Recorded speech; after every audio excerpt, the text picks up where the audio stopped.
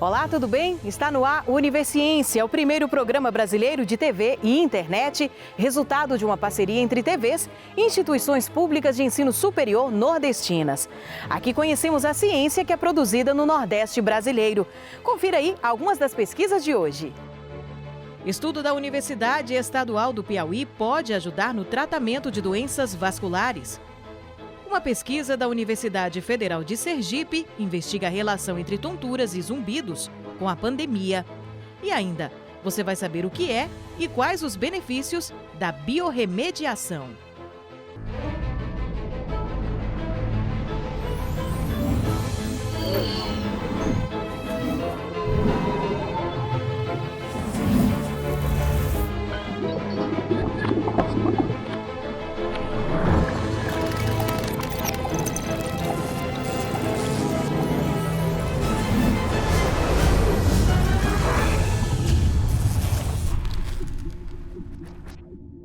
Um estudo da Universidade Estadual do Piauí está usando matemática e computação para ajudar com o tratamento de doenças vasculares.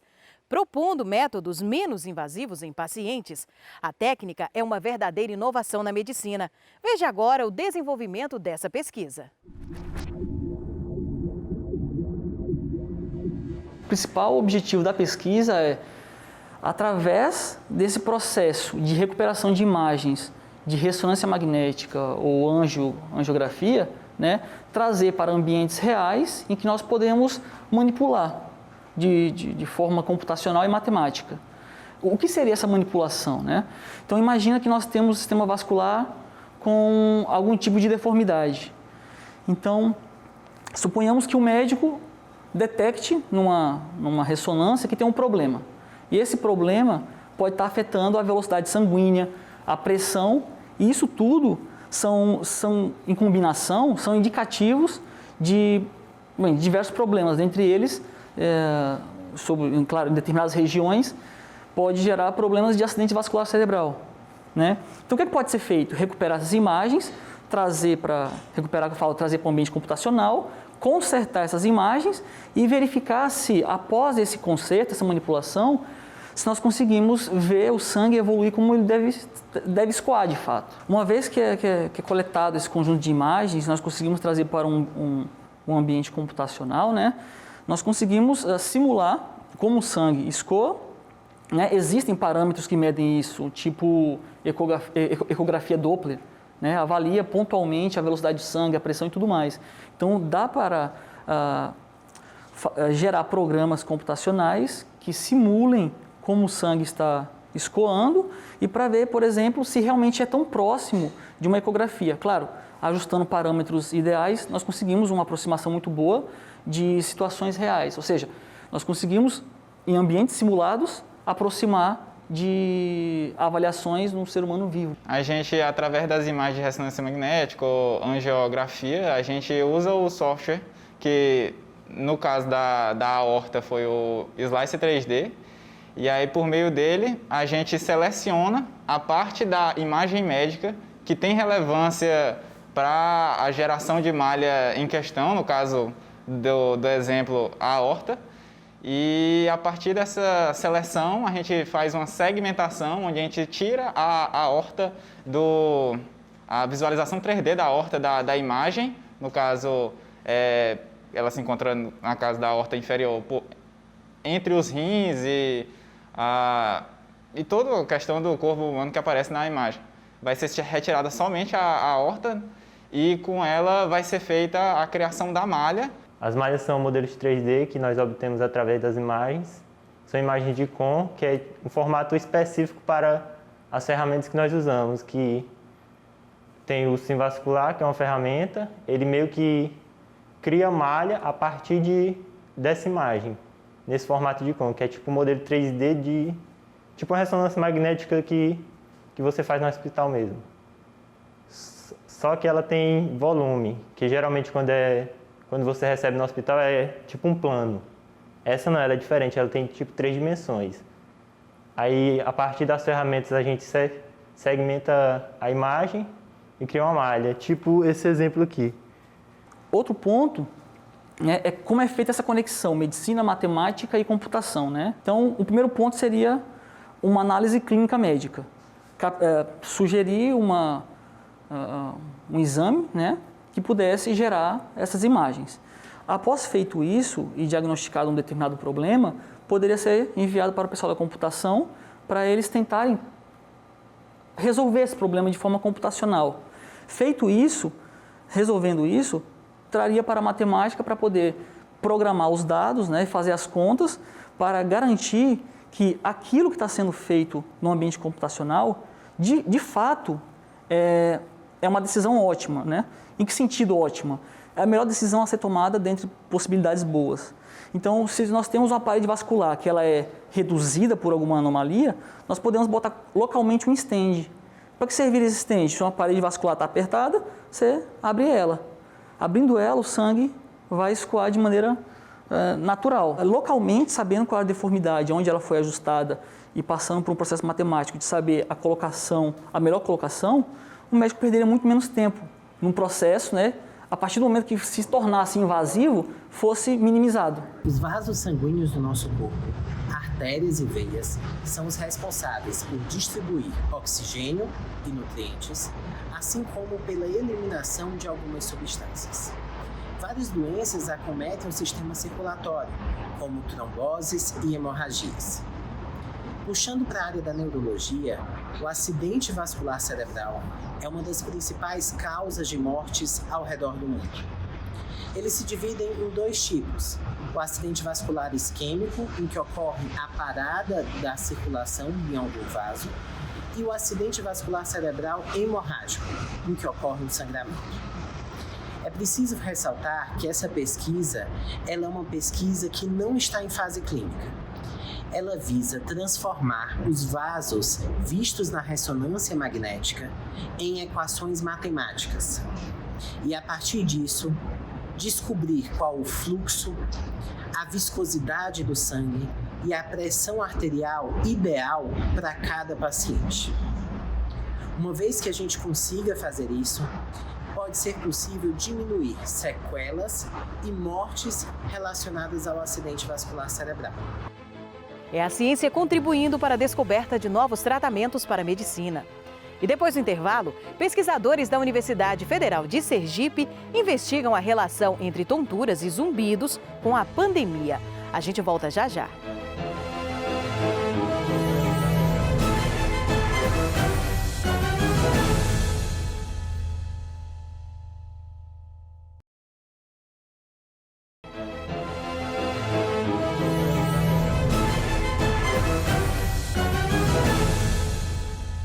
A Covid-19 mostrou a importância da ciência na vida das pessoas. Além da vacina e do tratamento eficiente, pesquisas buscam respostas para os efeitos da pandemia. Uma pesquisa realizada na Universidade Federal de Sergipe investiga se há uma maior incidência de tonturas e zumbidos com a pandemia. O início da pandemia foi muito difícil, né? Porque, veja bem, o negócio ficou muito assim, acelerado e preocupante, né? E a gente com medo, né? Ainda mais a gente na nossa idade, né? Que tinha uma vida assim mais sociável, né? De sair, se divertir. E aí foi cortado, né? Então, veja bem, aí foi quando eu entrei com um processo de tontura, entendeu? Não sei se foi por causa do medo, né? Aí veio aquela tontura, eu não parava em pé, entendeu? Então, comecei a observar o comportamento dela e vi que as questões emocionais estavam desencadeando a tontura no primeiro momento. Num segundo momento, para poder ocupar, ela começou a fazer máscara para vender e aí ela teve tontura de novo. Eu falei, de novo, será que é questão emocional? E aí eu logo comecei a alinhar com a questão mesmo de problema de coluna, né, de sentar adequadamente na máquina de costura. E aí ela desenvolveu também uma dor lombar muito forte. E aí eu procurei até um fisioterapeuta para poder ajudar e foram também diminuindo essas crises de tontura. E aí, em conversa com os alunos, o que vocês têm visto dentro de casa, as queixas, e os alunos sempre comentaram comigo, eu tenho alguém na família que está sentindo tontura, que sentiu zumbido, ou durante o próprio isolamento social, ou até mesmo depois de ter contraído a Covid. E assim surge a nossa pesquisa. A gente fez a coleta de dados em agosto e setembro do ano passado, e o intuito mesmo era pesquisar qual era o comportamento dessa população durante o isolamento social, relacionado a todas as questões emocionais, saúde geral, mas também relacionado à saúde auditiva, principalmente à tontura e ao zumbido. A gente teve 660 pessoas que responderam ao nosso questionário, então a gente observou que 15% da população que foi pesquisada estavam desempregados. Isso emocionalmente contribui significativamente, né, para todas as questões aí relacionadas até à própria doença. E dentro desses que fizeram o isolamento, a gente percebeu que quem fez o isolamento sozinho, ele teve muito, ele emocionalmente, ele estava numa situação muito pior do que aquele que ficou em família.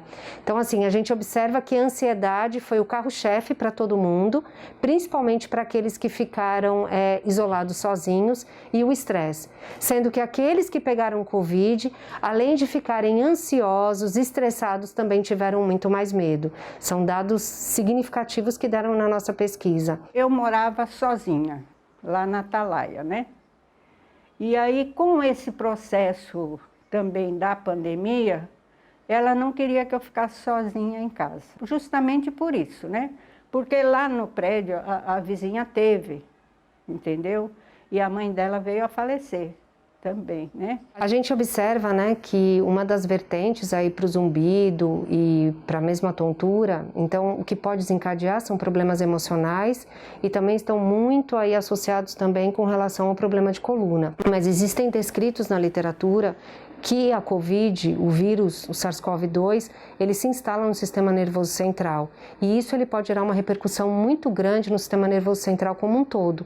E também pode agir negativamente, né, nos canais semicirculares, alterando toda essa condição da nossa orelha interna e gerando aí esses sintomas auditivos e vestibulares, que é a tontura e que é o zumbido. Então, os dados mostram realmente que a população apresentou tontura, apresentou zumbido. Observamos que 20,7% apresentaram dor na coluna, que foi desencadeada no período do isolamento social. Além disso, 9,5% apresentaram zumbido e 9,7% apresentaram tontura, sendo que muitos também relataram, acima de 8%, relataram que o problema agravou. Então, ele já tinha o problema e o problema piorou durante o período de isolamento social. Então, acho que detectar, diagnosticar esses pacientes nessa fase agora é muito importante para poder até atuar melhor nessa qualidade de vida deles, numa vida aí para frente. Então, hoje, o que eu fiz, né?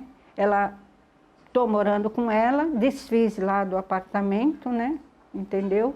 Aí vim de mudança para cá. E aí agora a gente está para vender o apartamento e vou ficar definitivo aqui. Que para mim é melhor que eu tenha uma pessoa que cuida, né? Que está mais próximo e eu ajudo ela, né?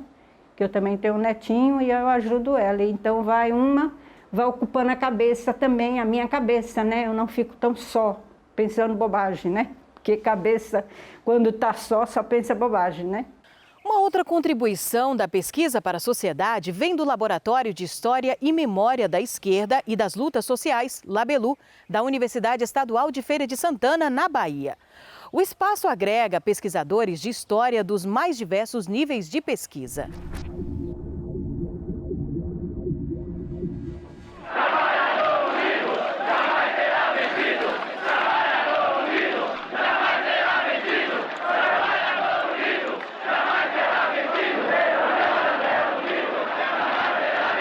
O Labelu surgiu em 2005, né, a partir da iniciativa de alguns estudantes do curso de História, juntamente com o professor Rogério de Fátima, infelizmente falecido, e o professor Heleno Coelho.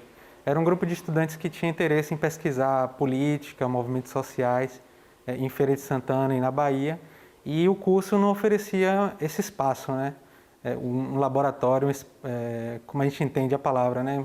Laboratório como espaço de labor, espaço de trabalho, espaço de ofício de história. Então a gente resolveu criar esse espaço para poder empreender pesquisas no sentido de entender melhor os movimentos sociais, a história da esquerda, das lutas dos grupos subalternos. Geralmente a gente tem a imagem do laboratório como aquele laboratório de análises clínicas, né? Mas aqui também se constitui como um espaço de labor. A gente trabalha com documentos históricos, seja ele físico ou digitalizado, né? E com bibliografias, com trabalhos com textos historiográficos, textos teóricos, e aí a gente constitui o material de pesquisa dos historiadores. A gente faz pesquisa de campo, né? A gente vai a arquivos, arquivos públicos, arquivos privados também, e algumas pessoas nos procuram para poder doar documentações, né? São documentações pessoais e documentações públicas também, que a gente constitui esse material em que o historiador vai se debruçar para pesquisar a história, né? A gente tem materiais das organizações, né? Não são materiais fáceis de conseguir, porque muitos desses materiais foram apreendidos pela ditadura militar naquele ambiente, né, político intenso, né? Mas alguns materiais foram preservados, né? Um deles está aqui no laboratório, que é o da Organização de Esquerda Política Operária, né? Que a gente conseguiu através de uma doação, e a gente hoje tem a guarda desse material. Então, são materiais difíceis de se conseguir, mas também a gente pode encontrar vestígios, né, da história e da resistência dos trabalhadores em jornais, nos arquivos públicos, né? Então, é um trabalho de busca mesmo, de averiguação, catalogação desses materiais, onde é que eles estão, né, nos partidos políticos, e aí a gente vai juntando toda essa coxa de retalhos, né? E para dar sentido, né? Para ser mais do que uma coxa de retalhos, a gente tem que dar sentido a essa história dessas organizações e desses grupos que lutaram, que resistiram, né? Além desse projeto Guarda-Chuva que eu falei, que é a História e Memória da Esquerda e das Lutas Sociais no século XX, a gente tem 2 projetos ativos, né? Que é o projeto que pesquisa essa organização de esquerda que eu falei, a Política Operária, né? É um projeto que ele pega de 1961, que é o início da organização, e vai até meados da década de 80, né, o recorte temporal do projeto, e pesquisa essa organização, que a gente tem o material documental dela, né? E aí várias pesquisas estão sendo feitas dentro dessa pesquisa maior sobre a Polop, já deu resultados de mestrado, doutorado, nesse sentido. A gente tem também o projeto Um Rio de Lutas, que ele se reporta à história dos grupos que lutaram em torno da instalação da Chesf, né? A Chesf é uma empresa pública que se instalou no Rio São Francisco, e para a instalação dela houve o alagamento da região no entorno, né? Então, muitos ribeirinhos, comunidades indígenas perderam seus territórios, né, de vivência, de tradição, e constitui uma grande luta, né, de reorganização desses povos na região do submédio São Francisco. Então, nós fomos procurados pelos lutadores sociais da região para salvaguardar essa memória e para buscar resguardar, né, a memória da luta dos trabalhadores na região do submédio São Francisco. Então, a gente recebeu esse material e constituímos esse projeto, Um Rio de Lutas. E a gente também trabalha, já teve resultados também de mestrado, e a pesquisa continua. Além disso, a gente tem um projeto que hoje não está institucionalizado, que ele começou como Lutas Sociais em Feira de Santana. E aí deu diversos resultados também de pesquisa, histórias da Feira Livre, da transferência da Feira Livre do Centro para o Centro de Abastecimento, né, das organizações dos grupos dominantes em Feira de Santana, dos trabalhadores. Então, um projeto que deu bastante resultado. O sentido é da preservação mesmo da história desses grupos, né, da história dessas organizações, da história de luta dessas pessoas que resistiram contra o processo de opressão, né? Então, o sentido principal nosso é a preservação da memória e o resgate da história desses grupos e dessas organizações. A gente acolhe essas pesquisas, traz para o grupo, a gente faz a leitura dos trabalhos que esses pesquisadores produzem, né, e tenta contribuir da melhor forma possível, né, para o avanço da pesquisa. Muitos devem se perguntar por que pesquisar e estudar a história, mas os cientistas são categóricos em afirmar que isso amplia a nossa visão sobre as nossas origens, o nosso passado, o presente, na construção de um futuro ainda melhor. Conhecendo o nosso passado, né, conhecendo nossa história de luta, de organização, a gente pode enfrentar o futuro com mais clareza, né? A gente não precisa reviver processos que a gente já viveu no passado. A gente, com essa experiência acumulada, a gente pode se organizar melhor e visitar e chegar ao futuro de uma forma mais consciente, mais organizada, né? O passado se presta a isso também, né? Conduzir melhor a nossa vida no futuro, conhecendo nossa história, nossa trajetória, nosso passado. Veja daqui a pouco. Você sabe o que é biorremediação? É depois do intervalo. O Univerciência volta já já.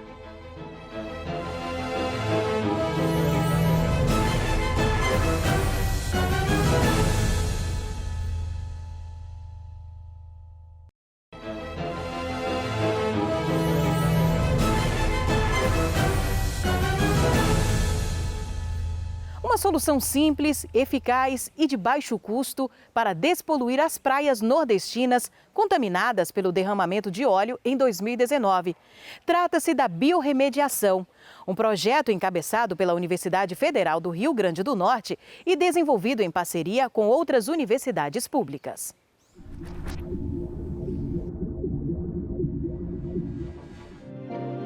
Esses seres minúsculos, que só podem ser vistos com auxílio de microscópio, concentram a atenção dos pesquisadores do Laboratório de Biologia Molecular e Genética da Universidade Federal do Rio Grande do Norte.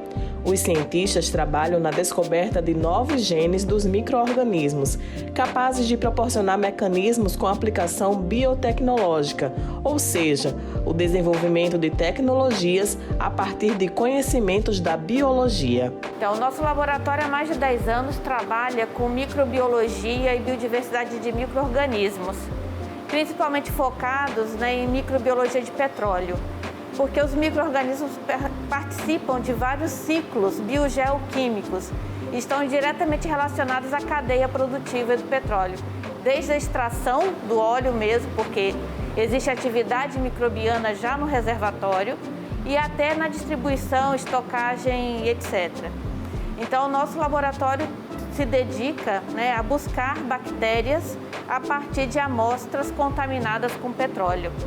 Então, a gente vem isolando bactérias, ou seja, identificando espécies a partir dessas amostras ambientais.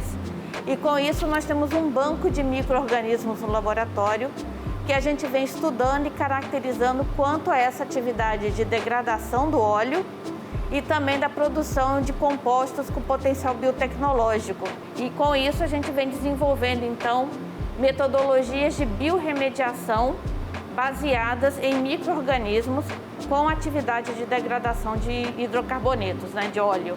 Essa biodegradação com a eliminação de poluentes a partir do uso de bactérias poderia ser a solução, por exemplo, para remediar o aparecimento de petróleo no litoral brasileiro em 2019, quando toneladas do produto foram encontradas nas praias de diversos estados.